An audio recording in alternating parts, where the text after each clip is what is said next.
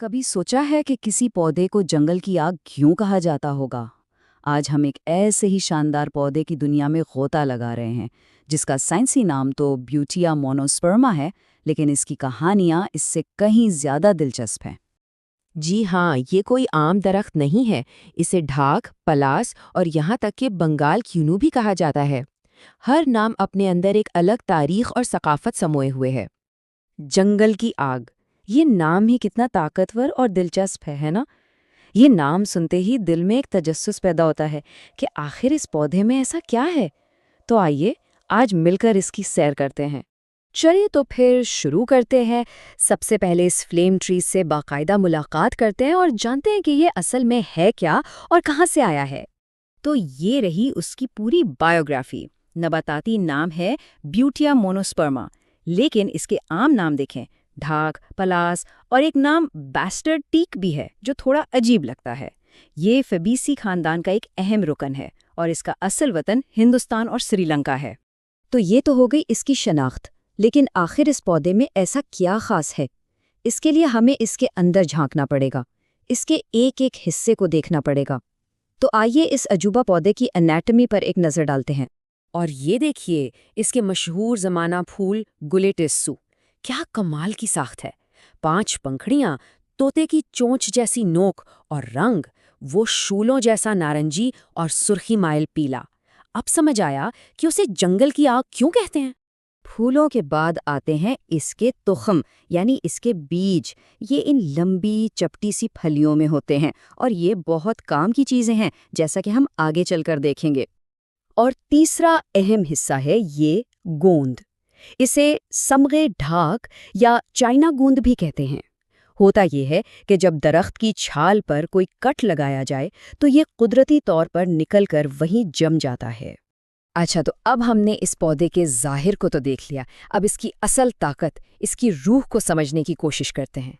चलें देखते हैं कि तिब यूनानी का निज़ाम इस पौधे को किस नज़र से देखता है। तो सबसे पहला सवाल ये उठता है कि रिवायती तिब के मुताबिक इस पौधे की अपनी तासीर, इसकी अपनी एनर्जी कैसी है? ये सवाल हमें मिजाज के तस्वुर की तरफ ले जाता है। जवाब है गरम व खुश्क, वो भी दूसरे दर्जे का। अब दर्जा का मतलब है इसकी शिद्दत, यानी ये बहुत ज़्यादा गरम खुश्क नहीं, बल्कि एक मॉडरेट लेवल पर है। यही इसका मिजाज है, इसकी बुनियादी शख्सियत, और यूनानी फार्माकोलॉजी का ये एक अहम उसूल है। अब आते हैं इसके अफ़आल पर, यानी ये करता क्या है। ये टेबल देखें, इसमें सब कुछ है। महल्ले औराम यानी सोजिश कम करता है। कासरे रिया मतलब गैस से निजात दिलाता है।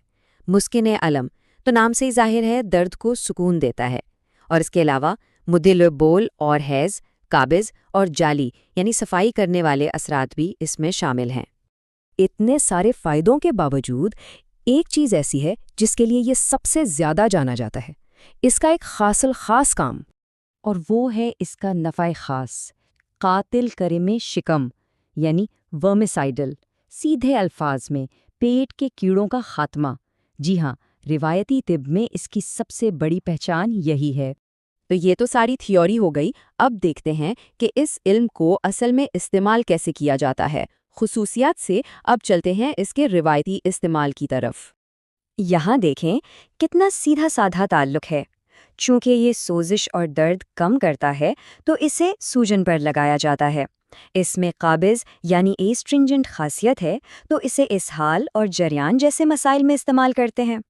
और ये सिलसिला आगे भी चलता है। इसकी सबसे बड़ी ताकत कातिल किरमी शिकम होने की वजह से ये आंतों के कीड़ों के लिए पहली दवा है, और इसकी जाली यानी सफाई वाली खासियत की वजह से इसे दांत और खारिश जैसी जल्दी बीमारियों पर भी लगाया जाता है। चलें जी, अब सबसे अहम बात की तरफ आते हैं, खुराक और एहतियात, यानी इसे इस्तेमाल कैसे करना है और किन बातों का ख्याल रखना है। रवायती किताबों में इसकी खुराक आधे से 1 माशा बताई गई है। ये तकरीबन आधे से 1 ग्राम बनता है। लेकिन एक बात वाज़ेह रहे, ये सिर्फ मालूमात के लिए है, ये कोई नुस्खा नहीं है। और जैसा कि हर चीज़ का एक दूसरा पहलू होता है, इसके बारे में भी पूरी तस्वीर को समझना बहुत ज़रूरी है।